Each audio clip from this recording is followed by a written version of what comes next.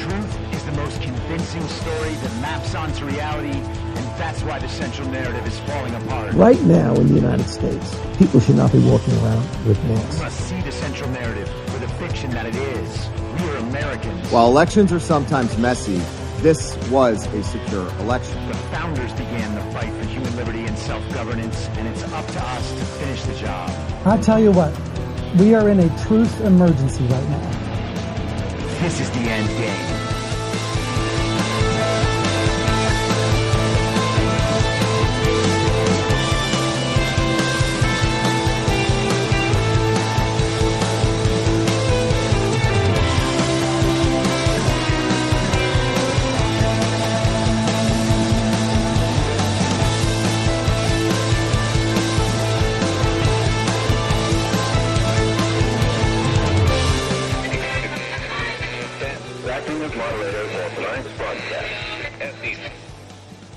It's Monday, March 6th, 2023, the 775th day of dystopia. I'm your moderator, Chris Paul. Let's be reasonable. A warm welcome and hello to all of you listening to the podcast on the day of its release. The only way to do that is by becoming a paid subscriber at imyourmoderator.substack.com. You can do so for as little as $50 a year or $5 a month, and in doing so, you will be supporting me, the work I do, and this show as it expands. And if you can't or you simply don't want to, continue listening to the podcast for free on a wide range of podcast platforms and, of course, Rumble.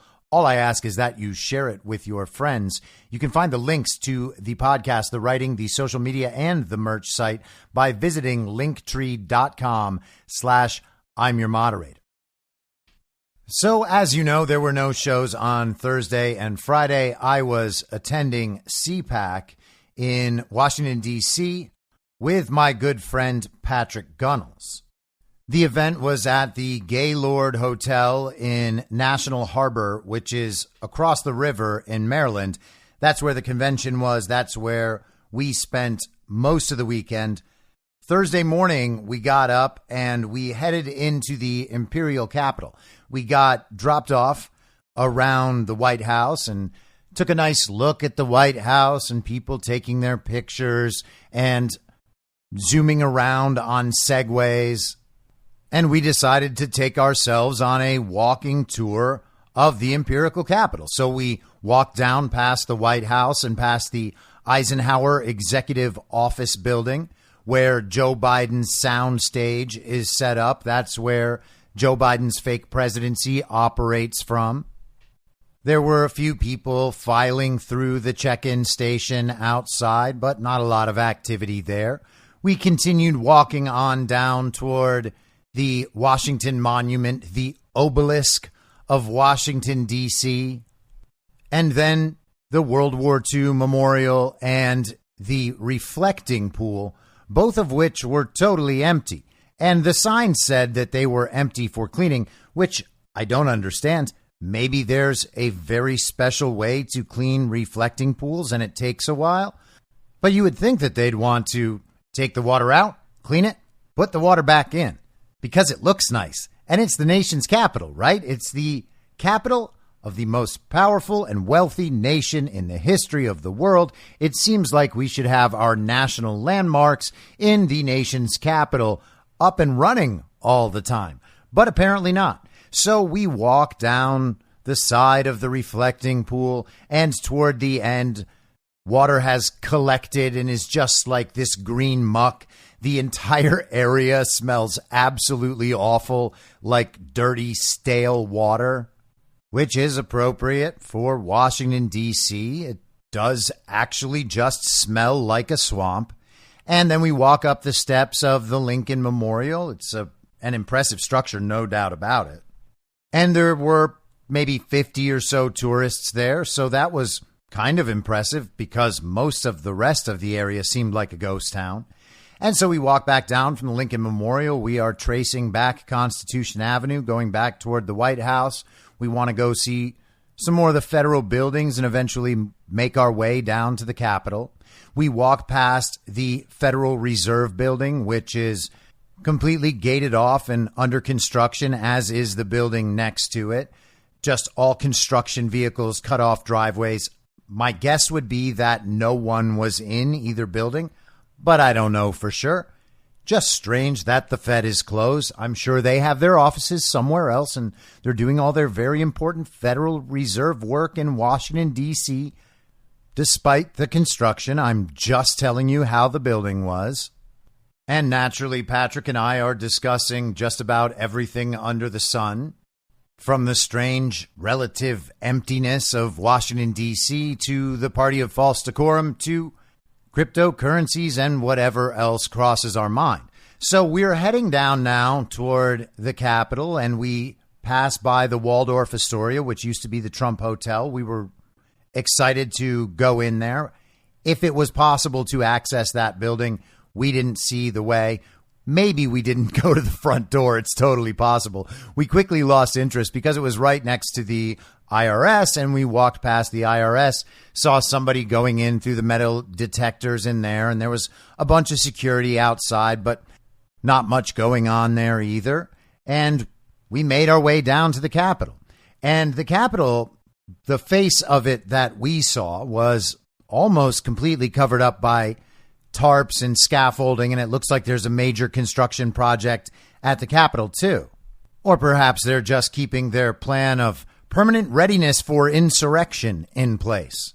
And maybe because it's still the late winter on the East Coast, or maybe it's because it's a dreary day, or maybe it's because we have an absolutely shameful fake administration in office. But there weren't all that many tourists around anywhere, and it caught us both by surprise. Now, to be fair, we have nothing to base that on since we don't know what it's normally like. We just both imagined it would be busier.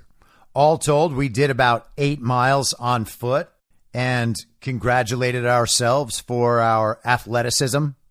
And we headed back to the hotel. We checked out Media Row at the conference, and all sorts of media outlets were there, as you might imagine. John Fredericks, Epoch Times, Real America's Voice was kind of the hot spot for the whole weekend between War Room and all the guests that come on War Room, and how big a hit War Room is for that crowd. Newsmax had a big stage. There wasn't much energy there most of the weekend. Make of that what you will. There was a little booth next to that where Don Jr. and Kim Guilfoyle and Jack Posobiec and some others were doing podcasts and appearances. And I'm sure I'm forgetting plenty of other news organizations, and I don't mean for it to be a slight. The first day or so, there were figures from regime media. Maybe they're the whole time. I'm just saying what I noticed and when. But there were people there from Politico. The guy that dresses like a cowboy dandy on Showtime's The Circus, I think his name's Mark McKinnon or something. He was there pretending to be a cowboy, I guess. Tim Miller and other Lincoln Project bulwark types were there.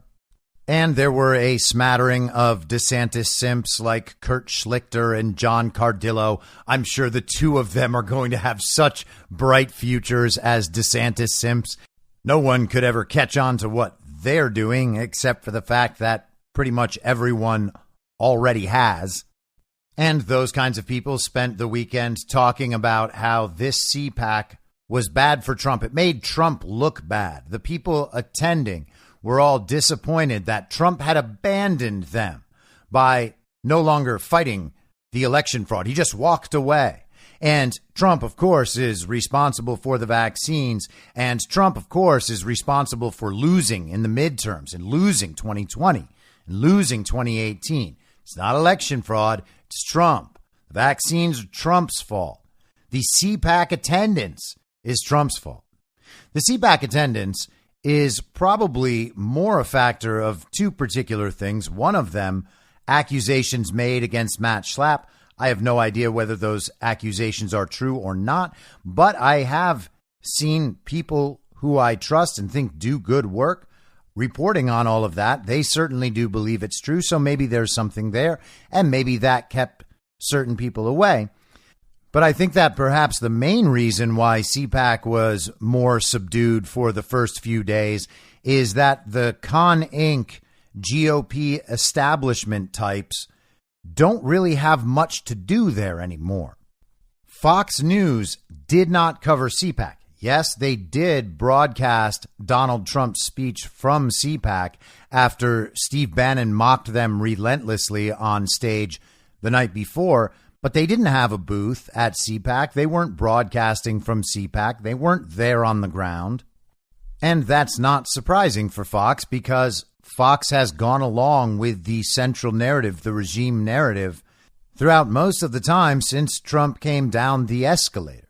The media outlets that were there are predominantly MAGA media outlets, America First media outlets. I should mention RSBN, of course. They were there. They always do a great job with bringing all of these events live to everyone. So I don't want to leave them out. But Con Inc. didn't really have a reason to be there. They're not going to come out in force to support Nikki Haley or Vivek Ramaswamy or the DeSantis simps doing their little panels. There's not much excitement in the country right now for establishment Republicans who say all the same things establishment Republicans have always said. Those speeches don't rile anybody up because none of them actually address the critical issues happening in this country. There's nothing to say about any of those issues from an establishment perspective. They can't talk about the truth of the Russia-Ukraine conflict because they've all spent the last year supporting Ukraine. They can't talk about how bad the vaccines are because they've all spent the last few years on the side of the vaccines and disseminating the COVID narrative. They can't talk about election fraud because they pretend it doesn't happen. There's no argument against Trump if you accept the reality of election fraud, because then what you're arguing for is the eradication of justice. You're arguing that everyone should just simply move on. Sure, the election was stolen, but we don't need to back Trump in his attempts to bring justice into our elections, to bring integrity into our elections, to restore the freeness and fairness of our elections and the purpose of each and every American's individual vote. We can just talk about ballot harvesting and poll watching and how we need to register more people. Let's ignore the system that is specifically designed to keep populist Americans out of office, to keep America First citizens out of office. What we need to do is move on. We need to find a candidate that appeals to the middle of the country so we can make sure to cater to all those normie establishment Republicans that are still offended by the sound of Donald Trump's voice. And they don't understand what any of this is actually about, which is amazing that they still don't understand. It should be impossible at this point not to understand what all this is about and why it matters. Donald Trump is the tool. He is the weapon. He is the champion. He is specifically and individually capable of bringing down the global regime, maybe even once and for all. And no one else is. He had the election stolen from him. Anyone arguing that we should move on from that is doing the work of the regime, and nothing could possibly be more obvious. So that's why they need to portray Donald Trump as having really lost. It doesn't matter how many elections are stolen in broad daylight in front of the entire country. The 2020 election at all levels, not just Trump, all levels. The runoff election on January 5th, 2021 in Georgia. Primary elections throughout the midterm cycle, we saw the malfeasance and manipulation. The 2022 midterms, quite obviously, Kari Lake specifically, but so many other candidates, obviously. Does anyone believe that John Fetterman really won an election in Pennsylvania? And then the runoff for the midterms in Georgia. That's 5 separate election periods, all manipulated and stolen right in the faces of the American public in broad daylight, and everyone knows it. Except, of course, for those people who are completely addicted to the central narrative and or truly hate Donald Trump. And many of them know it too. They just don't want it to be true because they understand what that being true means. If you admit that Kari Lake had her election stolen in broad daylight in front of the entire country, Well, then what does that mean? That means Donald Trump might have had his stolen. And then if you are a Trump hater, like the DeSantis simps, people who imagine they're centrists, everyone who supports Joe Biden, all of those are basically the same thing. Your whole anti-Trump argument breaks down into nothing. If Trump had the election stolen, then the American presidency has been usurped. That is an issue of critical and historical importance. So you can't really address it head on, because there's absolutely no way to prove that Joe Biden could have ever gotten 81 million real legal American votes from his basement. There's no way you can prove that the hundreds of thousands of votes without chain of custody documentation in Arizona constituted valid votes. Election laws have not been followed to the point where they don't matter at all. Wisconsin's Supreme Court ruled that elements of their 2020 election were unconstitutional, and everyone just pretends that didn't happen, that the elections are just fine. Pennsylvania's courts ruled that Pennsylvania's 2020 election was unconstitutional, and that's still being appealed, but it doesn't change the underlying reality. Elections were and are held outside of the legal bounds. But none of that matters, because if that starts mattering, then Donald Trump becomes the only solution, and they can't allow that. So when you can't talk about the critical issues that are on Americans' minds and that actually are responsible for this situation we find ourselves in, you focus on other things that are lower order problems. And you try to only discuss those things while coding your messaging in a way that might appeal to the ear of MAGA voters.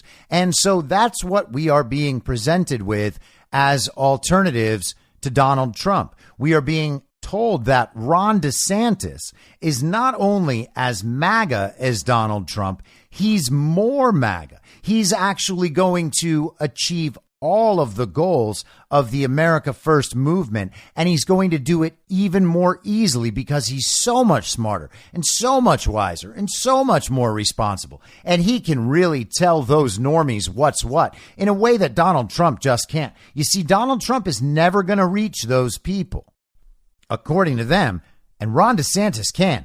And unlike Donald Trump, Ron DeSantis is focused on the here and now.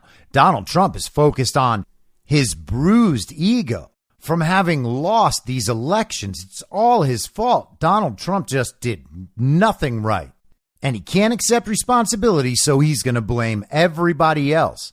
That's what we're told, and there are some people who still believe that. But that seems to be the strategy with the people pushing Ron DeSantis. And again, a caveat, as I always say, this stuff is not coming directly from Ron DeSantis. Ron DeSantis could come out and put a stop to all this right now simply by saying he's not running and throwing his support behind Donald Trump. But I don't think we're going to see that. And it may well turn out that DeSantis does run. I don't think he will, but maybe he will.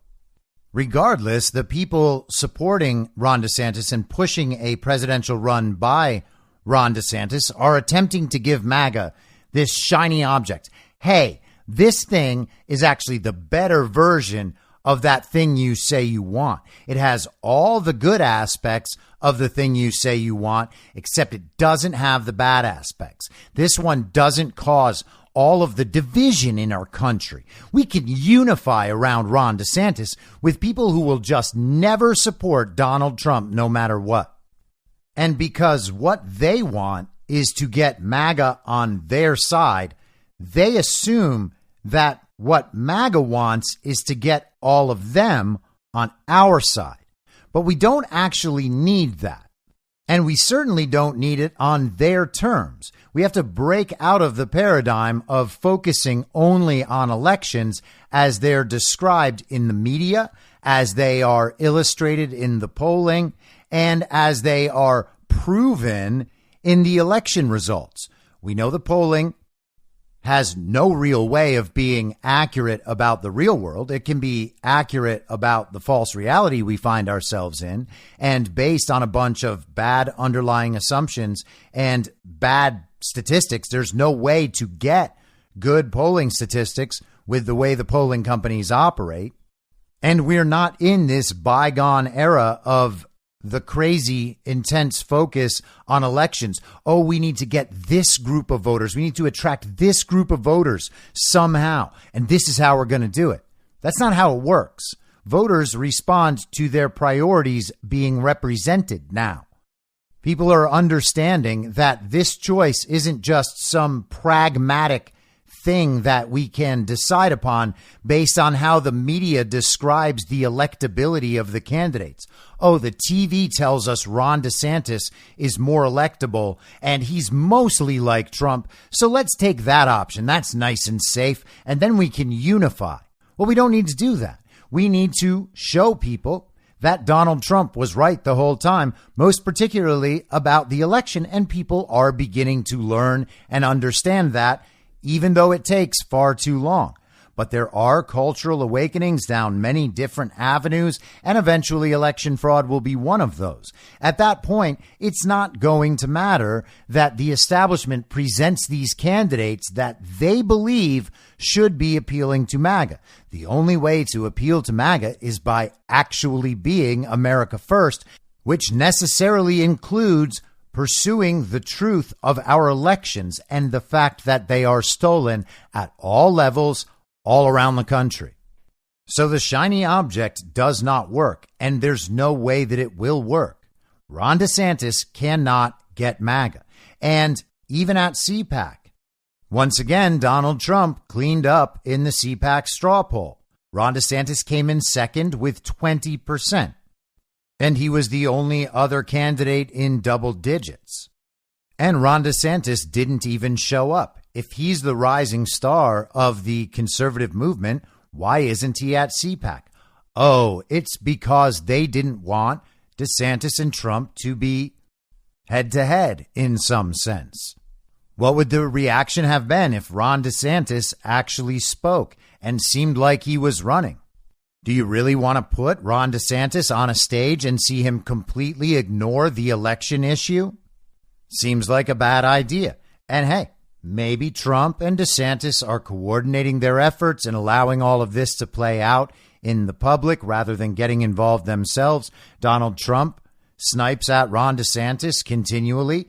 Ron DeSantis deserves the sniping. Ron DeSantis needs a public vetting. It hasn't happened.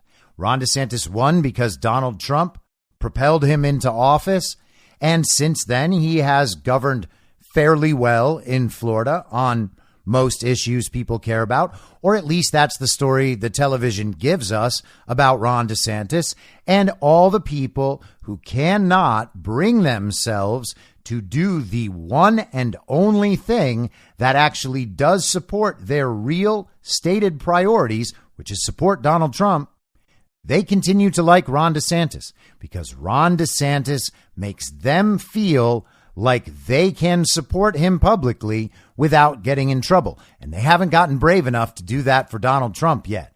And that is what's going on. They have chosen to remain in the party of false decorum.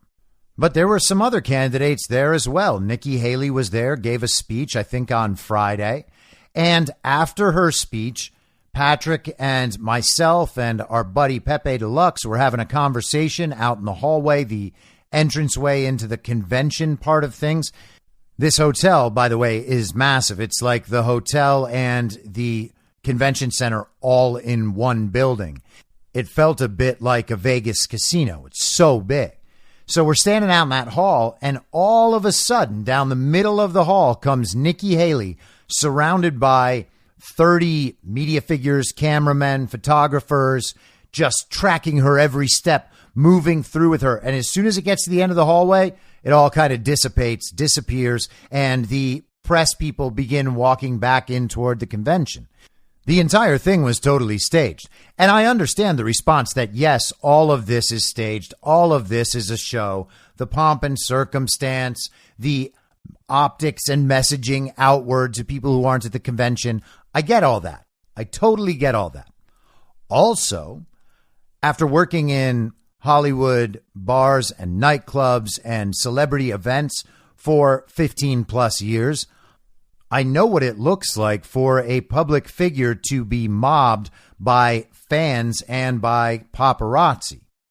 and other media. I know what it's like for a celebrity to literally be followed around by people who want to get close to them, meet them, take a picture with them, get a picture of them and what they're doing, or get their comment on some issue.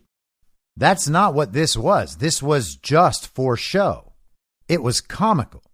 Tim Miller, who I mentioned before, the bulwark commie, he posted a picture of the convention hall, maybe 60% empty as it was most of the week up until Saturday, and tried to make a point about how no one went in to see Don Jr. speak. Well, it turns out that Nikki Haley, the establishment candidate who the bulwark people will support far more than they will ever support Donald Trump, she had far fewer people in the audience for her speech than Donald Trump Jr. did. Trump Jr.'s speech attendance was more of a reflection of how many people waited until Saturday to show up, because they only wanted to come for Saturday. They wanted to see Trump, and they wanted to see people like Jair Bolsonaro and some of the other real marquee speakers of that weekend. There was no support there for Nikki Haley. Maybe some people wanted to take their pictures with her. I didn't see that stuff happening, but it's possible. I think she received about 6% in the straw poll. So there are certainly people there that do still like Nikki Haley for some reason. But the Nikki Haley thing does not seem like it's going to happen in any real way. And the truth is that Nikki Haley may just be a decoy in the first place. However real the anti-Trump establishment movement is, it wasn't at CPAC in any substantial numbers.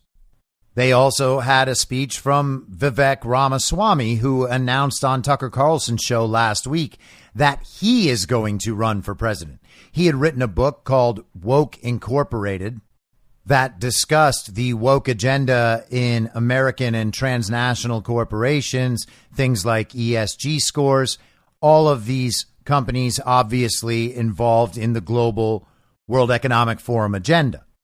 And a lot of people really liked that book, got a lot of value out of it. And I'm not saying the book isn't or wasn't valuable.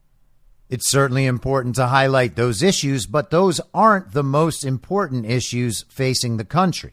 They are involved. They are very important, but they're not down to the roots of anything. They're not what's really fundamental about this. They're more of a symptom of a much bigger problem than they are the much bigger problem. I was approached at one point by a Vivek Ramaswamy volunteer passing out flyers for an event that he was holding that evening off site. Why don't you come down to the Vivek Ramaswamy event and participate in the ascent of Vivek Ramaswamy? And I told her that I'm not really interested. I go, nah, I'm not really a big fan. Thank you. And she's like, well, why don't you just come down and ask him some questions? I go, I really don't think that I need to do that. And she's like, well, why not?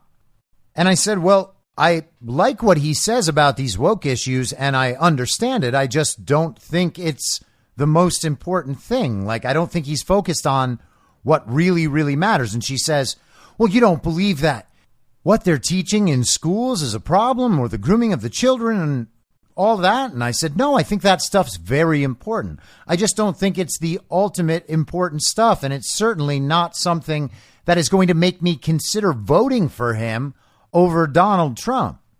And then I said, until Vivek Ramaswamy says that Joe Biden is an illegitimate president and our elections are stolen and he wants to do something about that, I have no reason to listen to him. And she got a little upset and then walked away. So that's what we're dealing with on the Vivek side of things. Now, there was another apparent presidential candidate from the Republican side attending CPAC, and no one's ever heard of him, which is why virtually no one realized that it was happening. The guy is named Perry Johnson, and he is a Michigan businessman who thinks that he's going to present the more independent option. He had attempted to run for Michigan governor, and after failing to get on the ballot, he has now decided that president is in his future. Now, I don't mean to make fun of this guy because it's not important how many followers you have on Twitter, generally speaking, But if you have 1,000 followers on Twitter, as Perry Johnson does, and you are running for president, you might have some problems.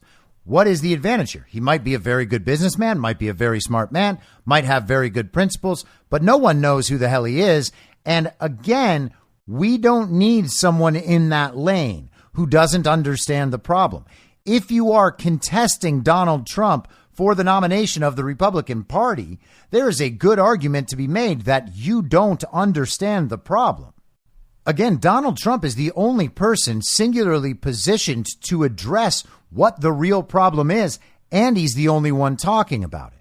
So what we're being presented with is a bunch of different versions of the thing that we actually want, and we are being sold by these used car salesmen in establishment politics on why this option or this option or this option is actually going to be just a little better for us.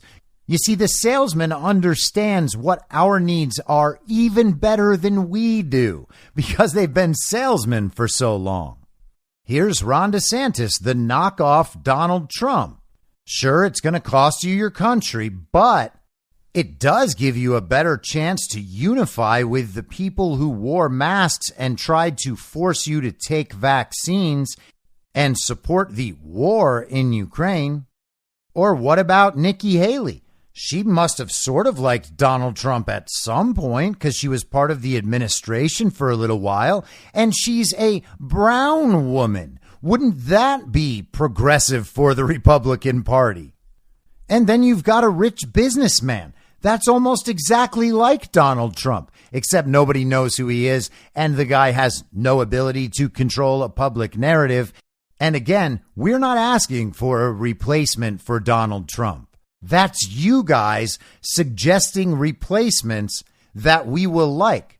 And we keep telling you, no, you actually don't understand what we care about. And we don't like any of these things, no matter what kind of very intellectual arguments you present. There's just no way, guys. It's not going to happen. We came here to buy this car. We don't want to see all the other models that you feel fit our needs better. But this effort isn't only happening on the right. People are beginning to jump into the presidential fray on the Democrat side of things.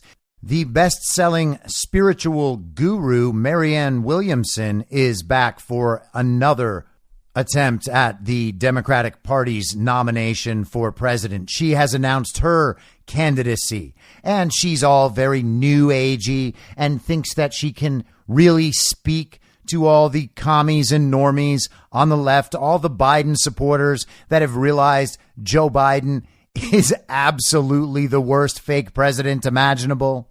And she sees a real lane for her totally inauthentic positivity message about the global agenda because she is fully aligned with the agenda, but she wants to present it in a way that's going to unify everybody because, again, all the candidates think that the way to present themselves is as the great unifier, as if the number one problem in American life is that people aren't unified. And I'm not saying that that doesn't present any problems. It would be wonderful if the country was all aligned about its priorities, but only if the priorities are the right priorities. We don't need the country to align around globalism. We don't need everyone to just declare a truce and then go back to the way things were before as the global regime continues to infiltrate and continues to push the World Economic Forum agenda, the UN 2030 agenda forward. And I've talked about all of this before. You can only unify around the right positions. You stay in the right position and let other people come to the right position. And when enough people come to that position, you will be unified around the right thing.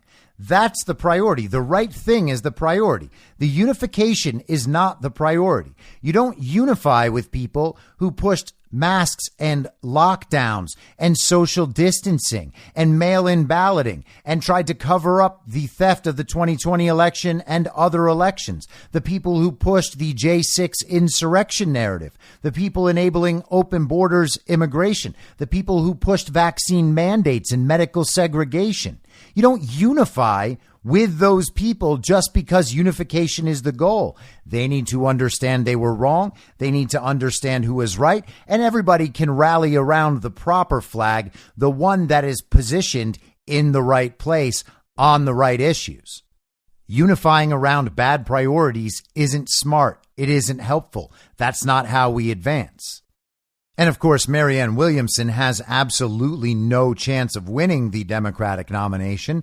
So she is also spending her time with the people pretending to have a realistic shot of setting up a third party. So again, they can appeal to the need to unify.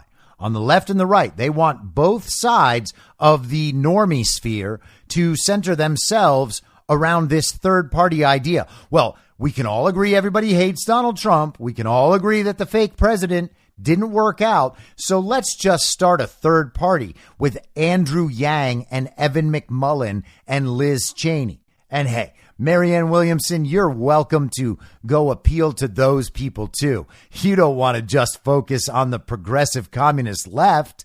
You can focus on the people who pretend they're not on the progressive communist left, even though they are, and even though they push the same globalist agenda forward. But there was one interesting piece of presidential candidate news, and that's the stories that came out at the end of last week about Robert F. Kennedy Jr. potentially throwing his hat in the ring on the Democrat side. Now, despite being a Kennedy, I would guess that Robert F. Kennedy Jr. has no chance whatsoever of winning the Democratic Party's nomination for president. But he can be a pretty major disruptor. He can attract people who voted for Joe Biden and have since realized that the vaccines are not safe, not effective, and were never necessary. And I would be surprised if indeed RFK Jr. does announce his candidacy for the Democratic nomination if he actually centered his campaign around attacking Donald Trump. I don't think that would be a major priority for him. I think that he could attract quite a lot of attention in the Democrat Party, partly because of his family's name and history, his history as a liberal, and the fact that he has been speaking out against the vaccine for this entire time for many years. And that might constitute its own massive block of support within the Democrat voter base. And that could cause them quite a lot of problems. RFK Jr. being up on a debate stage with his extensive knowledge of pharma and the regime surrounding pharma, its effect on politics, and the fact that the regime as it exists in the illegitimate administration has been pushing vaccine mandates and medical segregation. He is in most ways anti-establishment, and the establishment of both parties, the powers that be in the uniparty, do not want an anti-establishment candidate. He could basically play the role that Bernie Sanders played in 2015 and 2016, and he would get a lot of support. He would have support on social media. People would have no problem supporting him in their social circles. They would be called conspiracy theorists by some people, but those people wouldn't be taken seriously. And if he remains in that process, if they get to the point where primary voting is happening, they're going to see Robert F. Kennedy Jr. become the victim of election fraud and manipulation, much as they saw with Bernie Sanders in 2016. Bernie Sanders didn't actually fight at all. That's the problem with Bernie Sanders. He took the payoffs and went back to being a good little communist. Bernie Sanders has been committed to the advancement of the global regime for his entire career. He's been in the same mindset for 60 years and been pursuing the same things for 60 years. He attracted a populist base within the Democrat Party because people were rejecting the establishment. It's not like they were all for Bernie Sanders' version of communism that he goes around calling democratic socialism, even though it's just communism. He was seen as an anti-establishment alternative. Robert F. Kennedy Jr. has that without the commitment to global regime communism that unavoidably intersects with pharma. So imagine the scenario a year from now where the primaries have started in earnest, the voting has begun, and we're approaching Super Tuesday. That's the night that sank Bernie in 2016 with South Carolina. They called up old Jim Clyburn. He cranked up the election fraud machine, and there it was. Hillary Clinton is the winner. Same thing in 2020. South Carolina, Jim Clyburn cranks up the election fraud machine, and Bernie's finished. It's going to be Joe Biden. Imagine being a Biden 2020 voter who understands that the vaccines are not safe, not effective, and were never necessary, and in fact are responsible for death and maiming and sterilization, including of little children. We're talking about a year from now, right? Another full year of people waking up to all these facts. But imagine being one of those people and then seeing the election stolen from RFK Jr. in broad daylight. How do you react at that point? What do you say? What do you do? Do you realize once and for all that election fraud is very, very real and that they don't care about Democrat and Republican? That is a possible outcome of this. So if he wants to throw his hat in the ring, good for him. I don't want him to be president, and I don't want Democrat Party politics running anything whatsoever. But he may very well end up presenting himself as an agent of chaos in the Democrat Party. If they go and steal primary elections from RFK Jr. and he has this big base of support who are now anti-vaccine and understand that he was telling the truth about an issue for a very long time, he could wake up a whole lot of still sleeping communists. I don't believe there is any possible scenario where he wins the Democrat nomination and it ends up being Trump versus Robert F. Kennedy Jr. So there's not much need to analyze the political dynamic that might emerge there. It's entirely possible that his candidacy alone and him being on the debate stages and going through a bit of that primary could wake a bunch of Biden voters up completely about the vaccines and about election fraud, and that would be incredible. It's the sort of thing that you could imagine Donald Trump actually setting in motion. There was a time where the two of them were going to be working together to get to the bottom of that vaccine issue, but then the claim is, the narrative is, that Donald Trump disbanded their panel after he was paid off by Big Pharma, as if Donald Trump's politics are for sale. We've already seen that they're not. But if that happens, it will be fun to watch. But let's talk about Donald Trump's keynote speech to cap off CPAC late Saturday afternoon. He mostly focused on fairly familiar territory if you've been listening to Donald Trump's speeches and rallies, but there were a few great highlights as well. It's clear that Donald Trump at this point is basically no holds barred and ready to go after everyone who stands in his way, even if they're on the Republican side, which you gotta love because there are a whole lot of problems on the Republican side. Again, we don't need unity. We don't need to unify with bad people. We need to expose the bad people and force them to either move to the right position or to come out clearly as the enemy. If you want to attempt to destroy Donald Trump and demoralize MAGA, start a new Lincoln Project. DeSantis supporters, you're basically already there right now. Go ahead and vote for Joe Biden in 2024 and tell the country, just like the Lincoln Project did, the Bulwark, National Review, the Dispatch, etc., tell them that Joe Biden is actually the responsible conservative choice. We need to unify. We need to support our institutions. We can never go back to that crazy Trump era.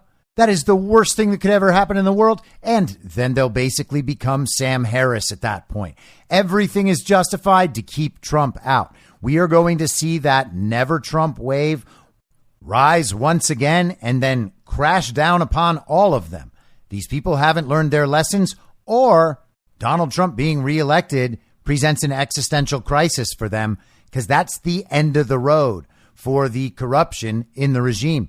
Donald Trump has promised many times to get rid of it, and I, for one, believe he's telling the truth. Here he is going after the establishment. When we started this journey, a journey like there has never been before, there's never been anything like this. We had a Republican Party that was ruled by freaks, neocons, globalists, open border zealots, and fools. But we are never going back to the party of Paul Ryan, Karl Rove, and Jeb Bush.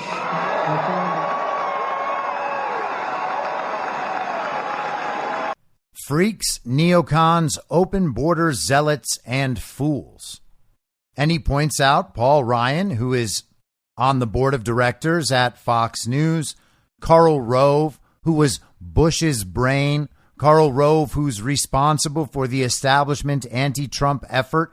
Who knows how much he is orchestrating and having funded in the background of all this? And Jeb Bush, who has come out strong in favor of Ron DeSantis. Again, there's no room for these people. They weren't even at CPAC. Where do they expect all this energy to come from? Twitter fights with their little pod of social media influencers who are honestly getting smoked by all of us on Twitter every day? These people are literally betting their futures on the success of the regime. They are totally in league with the regime at this point. If their mission was to take down and eradicate the regime, they would be figuring out ways to support Donald Trump and to bring candidates into the MAGA movement who also could communicate their side or could communicate to their people in a way they don't believe that Donald Trump can. But that's not what they're doing. They're saying that Donald Trump is bad and crazy and dangerous and can't get over his 2020 loss and is responsible for the loss in the midterms. That's not going to work out at all. And at the same time, all of those people are supporting the Ukraine war effort. They're wagging the dog when it comes to China and Taiwan. And again, they supported, not quite as much, not quite as publicly, but they allowed it all to happen. They supported the entirety of the COVID narrative, the election cover-up, the J6 stuff, the vaccines, all of it. That's who and what they are. They have sold our country out to China and to the global regime, and their agenda is what has created all of this mess in the first place. And speaking of Ukraine, I'm the only candidate who can make this promise. I will prevent, and very easily, World War III, very easily.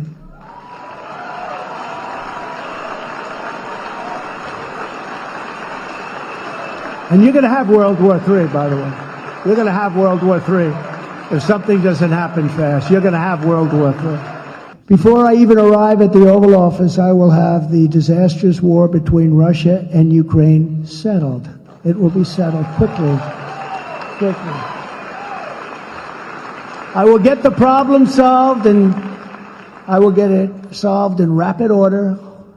And it will take me no longer than one day. I know exactly what to say to each of them. I got along very well with them. I got along very well with Putin, even though I'm the one that ended his pipeline. Remember, they said, Trump is giving a lot to Russia. Really? Putin actually said to me, if you're my friend, I'd hate like hell to see you as my enemy.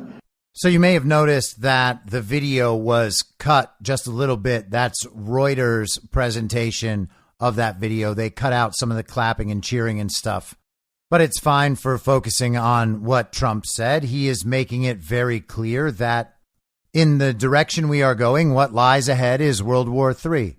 If the global regime and the illegitimate administration continue to push their priorities, we will end up in World War III. Donald Trump is not backing down from this. He understands the reality as it is. Russia's not backing down. China's not backing down. The countries of the BRICS currency alliance are not backing down. And you can see the global regime going after them worldwide, including even in India. The regime is trying to exert leverage wherever it can, and it's not working out so well. But what's Trump saying here?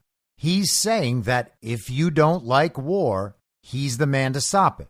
the person who never got us into any new foreign wars and wrapped up other foreign excursions, can end this war too. In fact, he often says it would have never happened if he was the president. And for sure, that's true. I've talked at length, and of course many others have too, about the fact that Vladimir Putin is attacking the global regime in one of their strongholds in Ukraine, and that Xi Jinping is likely planning to remove the global regime from Taiwan. It seems to me that Donald Trump is simply saying that the regime decided to steal the election, and in doing so, they took the more peaceful options off the table. This is not the way things had to go, but the regime chose to steal the election, and so Russia is choosing to remove the regime in this way rather than more peaceful ways. The same thing may happen between China and Taiwan as well. It seems to me that Donald Trump is communicating all of this directly to the regime. In fact, I think he's often speaking directly to the regime in a way that also makes sense for his supporters and tells the country about what's really going on. Despite the optics of the fake president being in the fake White House most of the time, Donald Trump is still one of, if not the most powerful men in the world. And he's operating from a position of leverage and strength. He is telling them, when you choose to relent, this will be over. And it will continue until you choose to relent, because there is no way that we will be defeated. And this was one of the key themes of this speech. The job will be completed. The mission will be accomplished. And he's doing it on behalf of the American people. We're a nation in decline. Our enemies are desperate to stop us because they know that we are the only ones who can stop them. They know that. This room is so important, the people in this room. They know that we can defeat them. They know that we will defeat them, but they're not coming after me. They're coming after you, and I'm just standing in their way. That's all I'm doing. I'm standing in their way.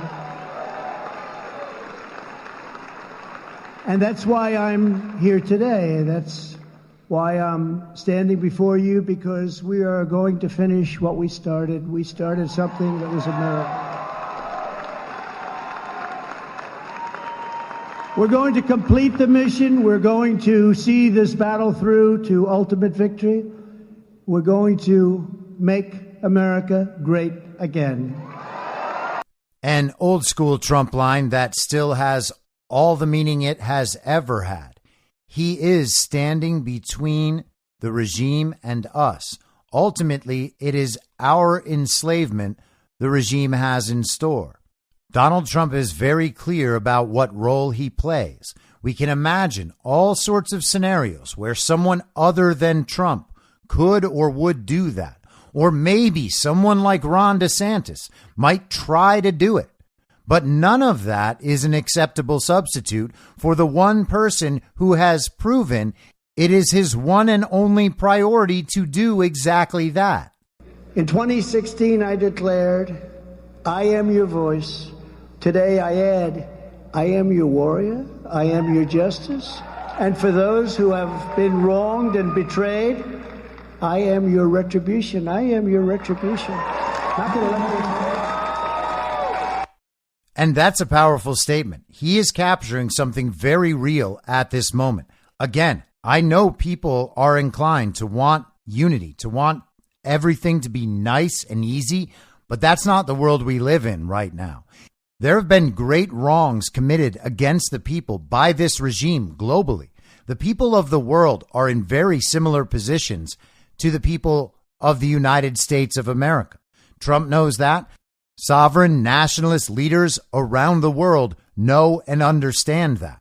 And while we don't seek revenge against our fellow citizens who have promoted and supported all of this to our direct detriment, we do seek accountability and justice under the law. We do want them to know exactly what they've done and be held responsible for it, even if it is just in a moral sense and people understanding who has done what. people do need to be held accountable. They need to be held morally accountable for where they have stood throughout this time, or we just invite these times back again and again and again. But when it comes to the people in the regime who actually thrust all of this upon us, they do deserve retribution. They need to be held accountable under the law for crimes against humanity and for treason. And they need to be punished for that to the fullest extent the law allows. Donald Trump is not confused at all about the stakes. We have no choice. If we don't do this, our country will be lost forever. People are tired of rhinos and globalists. They want to see America first. That's what they want. It's not too complicated. This is the final battle. They know it. I know it. You know it. Everybody knows it. This is it. Either they win or we win. And if they win, we no longer have a country. And he's right. That's the critical point of all of this. They win or we win. It is totally binary. There are two choices. We can only have one of them. And it's all one or all the other. If they win, there is no more America. It doesn't mean that everything's getting nuked and destroyed on the first day. It just means that the global regime takes over. When the borders are gone, when the full tracking of American citizens is implemented, the biomedical state all tracked on your device, or, as you've all know, Harari says, under your skin, all your medical information, your social credit score, your cashless central bank digital currency. When they bring in what they want to bring in, you will own nothing, and they say you will be happy. That is their plan. They tell it to you all the time. That is the future if they win. And that is what is so insulting about the whole rhino thing, because they understand that. They understand the voters they're talking to don't want that. So they lie to those voters and tell them that's not what's coming, even though they know it's true, because they support it, because they want that. They are incentivized to want that. They profit from it. They increase in their status and their power. And that is totally unacceptable for this nation. Now, much of the mainstream media and many of the normies out there, they hear these things and think that Trump is just bloviating again. He's just talking Trump smack, saying the things that inflate his ego. He's just laying out a list of his grievances. But some of them know how to hear Donald Trump, and they know what he's saying, and they know that he's coming after them. And so the regime responds accordingly. This was in The Atlantic on Sunday, March 5th. The martyr at CPAC. Former President Donald Trump gripped the CPAC lectern as he workshopped a new sales pitch. I stand here today, and I'm the only candidate who can make this promise. I will prevent, and very easily, World War III. And you're going to have World War III, by the way. It was just one in a string of ominous sentences that the 45th president offered tonight during his nearly 2-hour headlining speech at the annual conservative conference, which for years prided itself on its ties to Ronald Reagan, but is now wholly intertwined with Trumpism, if little else. Yet even amid cultish devotion, Trump seemed bored, listless, and unanimated as he spoke to a sprawling hotel ballroom that was only 3/4 full. Now, none of that is true, but this is The Atlantic. They are framing this in a way they can get away with. Oh, we're just estimating. It's our opinion that Trump seemed bored and listless, as if they are the ones who know how to read Trump the best.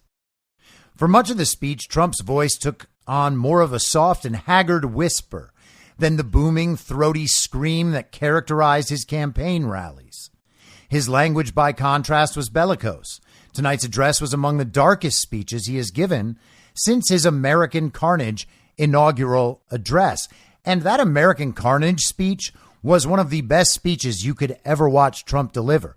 If you're one of the people who has gotten on the Trump train in the last few years and you've never listened to that speech, I encourage you to do so rather than taking the media's assessment of it. Trump warned that the United States is becoming a nation in decline and a crime-ridden, filthy communist nightmare. He's right. He spoke of an epic battle against sinister forces on the left. He repeatedly painted himself as a martyr, a tragic hero still hoping for redemption. They're not coming after me, they're coming after you, and I'm just standing in their way, Trump told the room. He pulled out his best, half-hearted paten. We are going to finish what we started. We're going to complete the mission. We're going to see this battle through to ultimate victory. He was heavy on adjectives, devastating with nouns. We will liberate America from these villains and scoundrels once and for all, he said. This was only Trump's fourth public event since he officially entered the 2024 race last fall. Rather than lay out his vision for America, he found a mess of topics about which to complain. The White House, Trump said, wasn't the easiest building to live in. Oh, so important. He opined that illegal immigrants come in and we house them in the Waldorf Astoria. He characterized Senate Minority Leader Mitch McConnell as a China-loving politician and sounded legitimately disappointed when saying, "My wonderful travel ban is gone." He lamented the halcyon days before he knew the terms subpoena and grand jury. He called Manhattan District Attorney Alvin Bragg racist and griped about the Department of Injustice. Shortly before his speech, Trump told James Rosen of Newsmax that he intends to stay in the 2024 presidential race, even if he is indicted in one or more criminal investigations. Relatedly, he promised to totally obliterate the deep state. And that's one of the lines that really wound these people up. They thought that they could get him out of the race by having Merrick Garland indict him for something that he quite obviously didn't do. We have enough of a history of these things now. 7.5 years, almost 8 years now, of being told what Trump did and that the walls are closing in. The walls aren't closing in. You want to stage some fake indictment? Go right ahead. It's not going to change a damn thing. It'll just be another massive rug pull for Biden voters. The audience, largely composed of Trump loyalists, hooted and repeatedly yelled USA. Oh, gosh, that must have been terrible to hear, Atlantic writer. A brief selection of the hats dotting the hallways outside the Potomac Ballroom. MAGA, America, Let's Go Brandon, Trump won, We the People are pissed, and I guess that upsets them as well. Trump's solemn face was splashed across an array of comically dramatic acrylic paintings on display. Carrie Lake, the election denier, who lost her race for Arizona governor last year, kissed one on stage Friday night. Downstairs from the main stage, attendees could have their picture taken in a mock version of Trump's Oval Office. Multiple people roamed the corridors in red, white, and blue Trump 45 baseball jerseys. As the former president spoke, supporters waved bright red "We Want Trump" signs, but the man himself seemed only sort of into it and very bitter. Oh, so emotional. It was a strange and lackluster conference, more of a 1 a.m. at the party vibe than the greatest political movement in the history of our country that Trump invoked tonight. Perhaps years from now, 2023 will be remembered as the last gasp of CPAC. Gone was the Fox Nation sponsorship. Newsmax hoped to fill the void. Attendees could also linger at pop-ups from the Epoch Times, Right Side Broadcasting Network, America First, One America News, Lindell TV, Proverbs Media Group, and Patriot Mobile, which was pitching itself as a Christian cell phone company. Aside from Trump, the CPAC lineup was missing many of its usual stars, and most of his potential 2024 challengers skipped the conference altogether this year. Several instead attended a rival Club for Growth event in Palm Beach, Florida. Trump spoke just a few hours after Jair Bolsonaro, the former president of Brazil, and Mike Lindell, the CEO of MyPillow, who announced the formation of something called an Election Crime Bureau. Representative Lauren Boebert of Colorado came next with a fire and brimstone speech peppered with Bible verses. "We must stand united in this battle against actual evil," she told the room. On Friday, former South Carolina Governor Nikki Haley and former Secretary of State Mike Pompeo gently distanced themselves from their old boss in their speeches.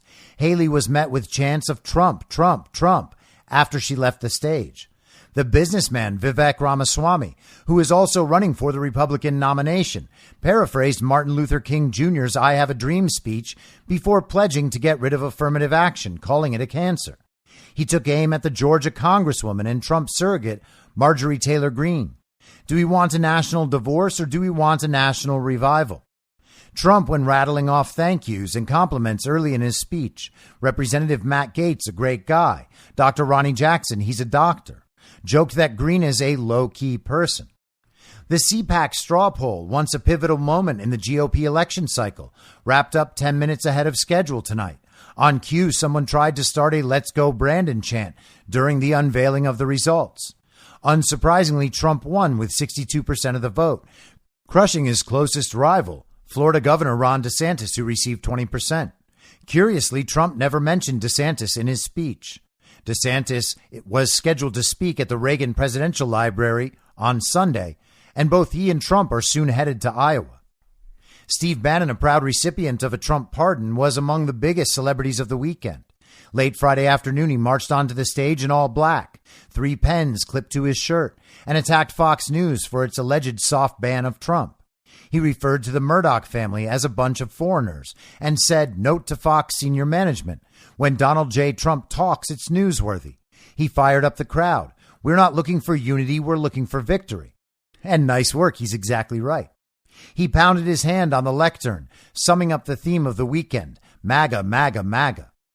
As Trump spoke, another of the gathering's many Let's Go Brandon chants broke out, and the former president thanked the crowd. At one point, he play-acted a scene between President Joe Biden and his son Hunter, discussing the laptop from hell, and received genuine laughs. Trump warned that Biden is leading us into oblivion, then promised to single-handedly end the war between Russia and Ukraine. Nearly every topic he touched, border security, foreign wars, had a way of coming back around to him, Trump. NATO wouldn't even exist if I didn't get them to pay up, he said. He then spoke hypothetically about Russia blowing up NATO's headquarters.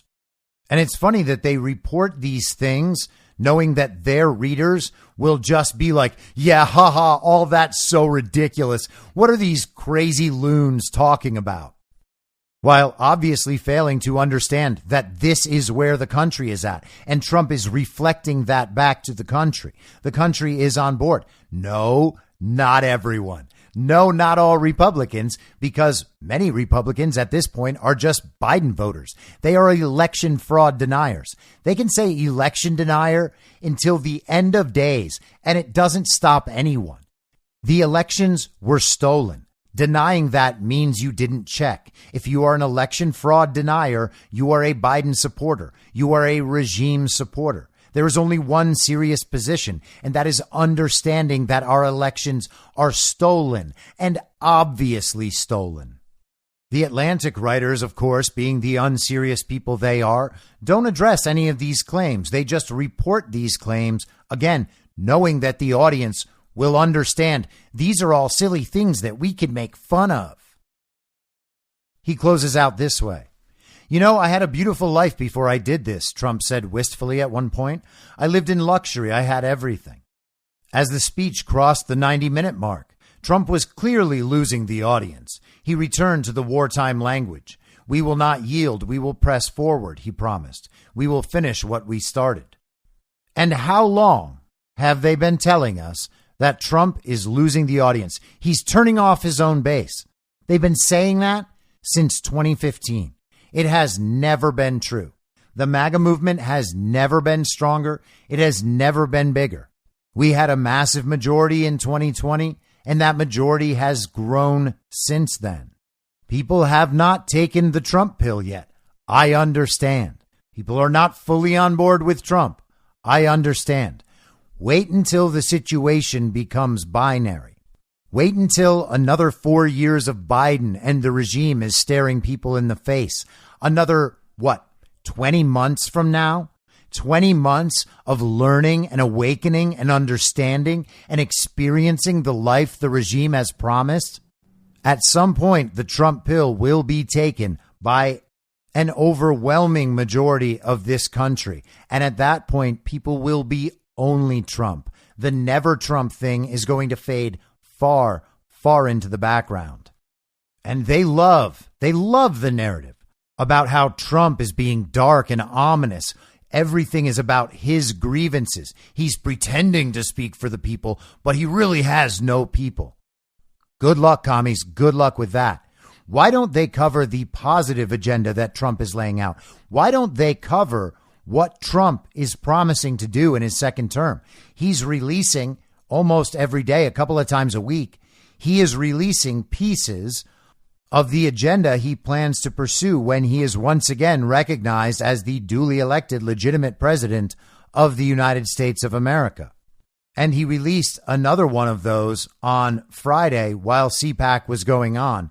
Here's that statement.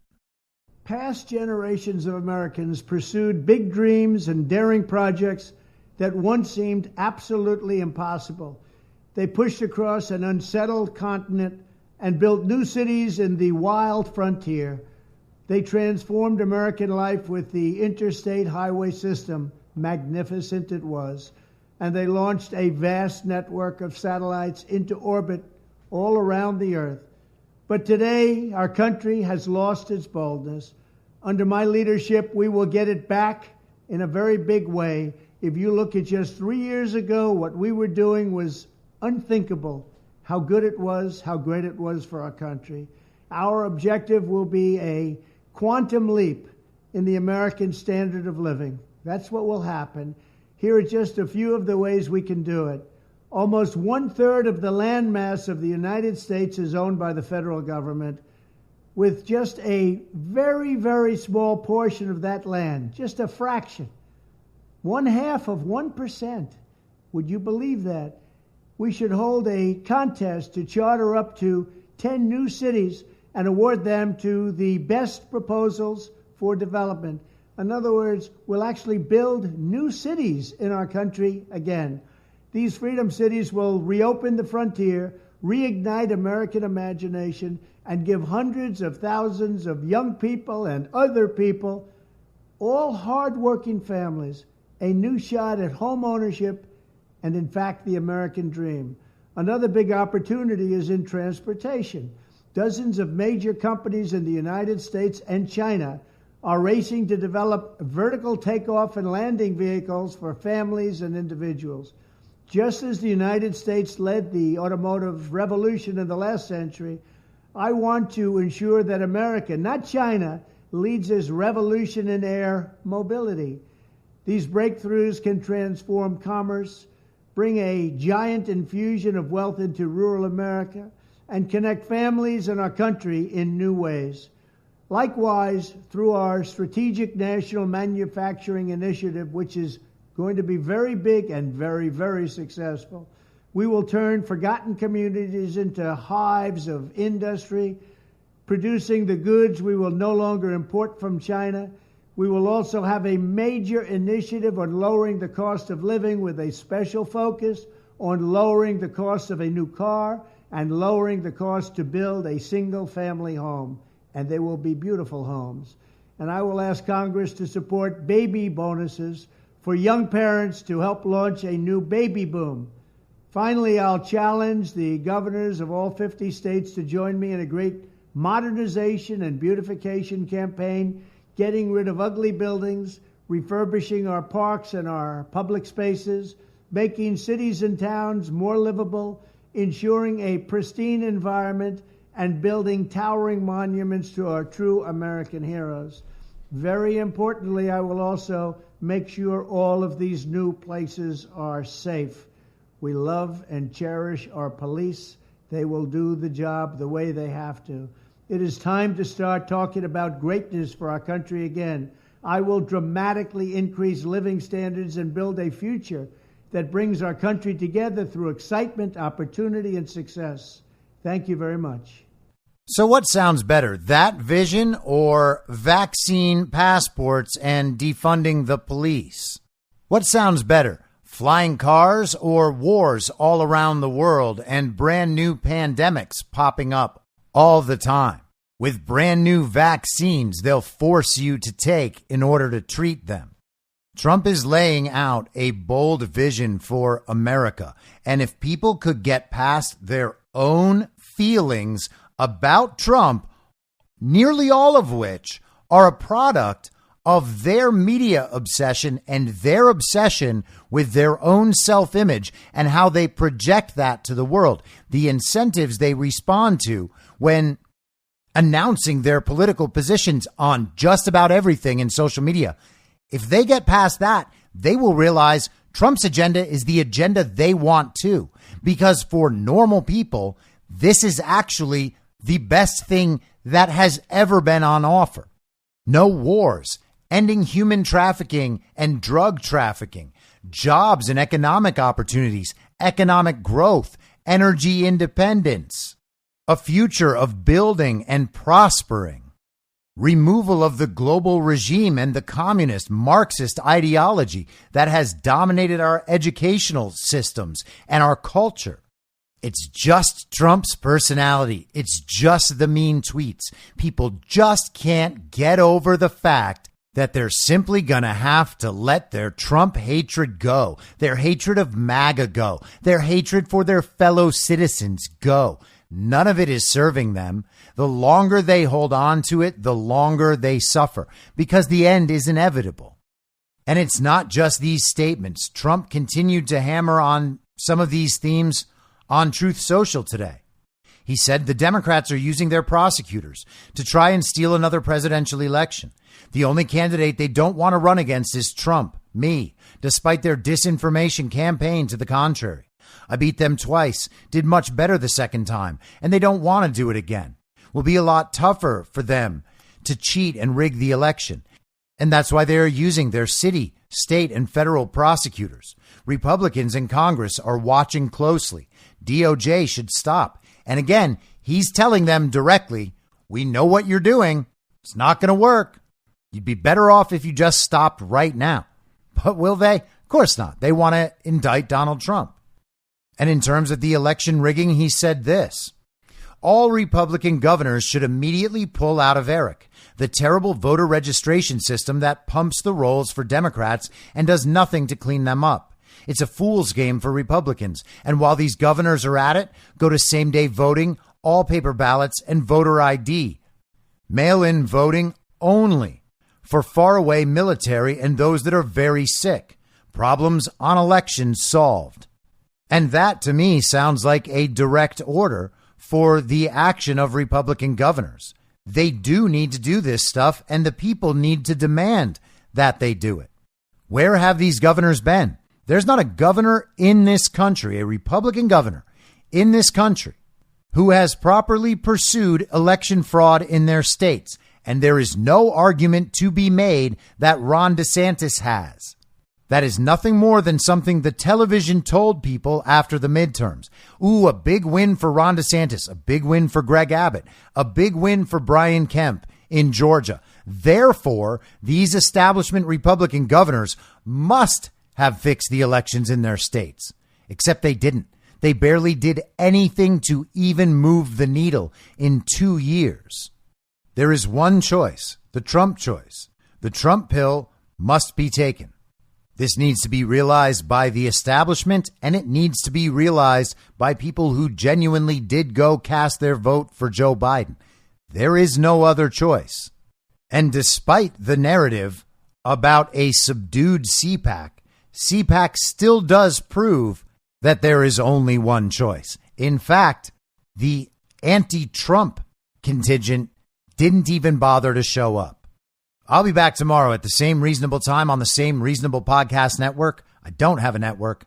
Masks and lockdowns don't work. They lied to you about a pandemic, and Joe Biden will never be president.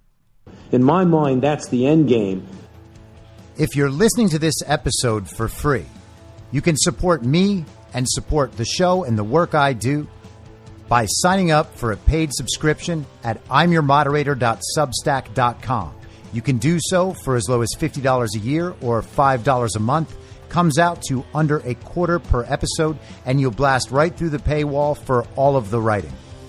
The merch store is www.cancelcouture.com, and you can find everything else by heading to Linktree. Linktree.com/I'mYourModerator. And I'll see you soon out on the range.